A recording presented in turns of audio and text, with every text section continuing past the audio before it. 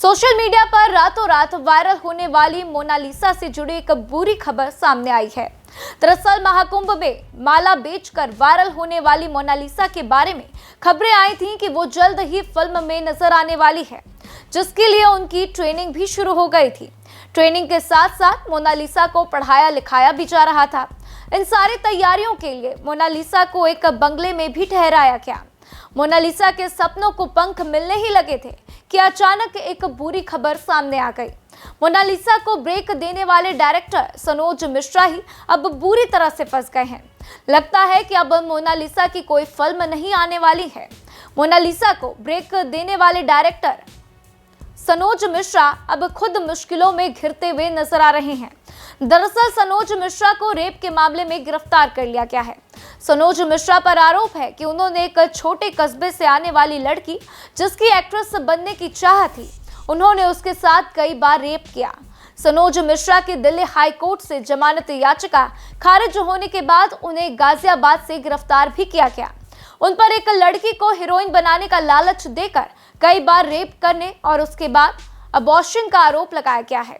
आइए ऐसे में जानते हैं कि मोनालिसा को ब्रेक देने वाले डायरेक्टर सनोज मिश्रा आखिर है कौन। सनोज उत्तर प्रदेश के बाराबंकी में हैदरगढ़ के रहने वाले हैं। लखनऊ के शिया पीजी कॉलेज से उन्होंने समाज शास्त्र में पोस्ट ग्रेजुएशन किया। सनोज कॉलेज के बाद मुंबई पहुंचे। सनोज ने साल 2014 में भोजपुरी फिल्म बेताब से डेब्यू किया। उसके बाद गांधीगिरी, लफंगे नवाब, राम की जन्मभूमि समेत कई फिल्मों में काम किया। सनोज मिश्रा बॉलीवुड फिल्म से डायरेक्टर हैं। सनोज मिश्रा बॉलीवुड में डायरेक्टर हैं। वो पिछले एक दशक से ज्यादा समय से हिंदी फिल्मों में एक्टिव हैं। साल 2014 में उन्होंने भोजपुरी फिल्म बेताब को डायरेक्ट किया था। सनोज डायरेक्टर के साथ ही राइटर भी हैं। वे फिल्म की कहानी भी लिखते हैं। वो Srinagar, the diary of West Bengal, Ghaznavi, Shashank film की कहानी भी लिख चुके हैं। वहीं सनोज मिश्रा की अपकमिंग फिल्म की अगर बात करें तो वह द डायरी ऑफ मणिपुर है। ये वही फिल्म है जिसके लिए उन्होंने वायरल गर्ल मोनालिसा को कास्ट किया था। काशी टू कश्मीर भी सनोज की अपकमिंग फिल्मों में शामिल है, जो इसी साल रिलीज हो सकती है। अब वैसे ये कोई पहला मामला नहीं है। सनोज मिश्रा अपनी कई फिल्मों को लेकर पहले भी विवादों में रह चुके हैं। बंगाल पर बनी फिल्म को लेकर वे विवादों में रहे। साथ ही अगस्त 2024 में वे 8 दिन के लिए गायब भी हो गए थे। सनोज पर मोनालिसा को भी फंसाने के आरोप लगे थे। ये आरोप किसी और ने नहीं बल्कि प्रोड्यूसर वसीम रिजवी ने लगाए थे। उन्होंने कहा था कि सनोज मिश्रा पहले भी कई लड़कियों को फिल्म का झांसा देकर लड़कियों का फायदा उठाता है। मोनालिसा के बारे में भी यही कहा गया कि वे उसकी मासूमियत का फायदा उठाते हुए नजर आएंगे। हालांकि मोनालिसा ने सामने आकर इस अफवाह पर जवाब दिया था और कहा था कि वह सनोज उनको बेटी की तरह मानते हैं। आपको बता दें कि एक लड़की ने सनोज मिश्रा पर धमकी देकर कई बार रेप करने का आरोप लगाया है। साथ ही लड़की ने डायरेक्टर पर अश्लील वीडियो बनाने का भी आरोप लगाया। पीड़िता के मुताबिक फिल्म डायरेक्टर से उसकी मुलाकात सोशल मीडिया प्लेटफॉर्म टिकटॉक और इंस्टाग्राम के जरिए हुई थी। तब वो झांसी में रहा करती थी और पहले कुछ समय तक दोनों के बीच में बातचीत हुई।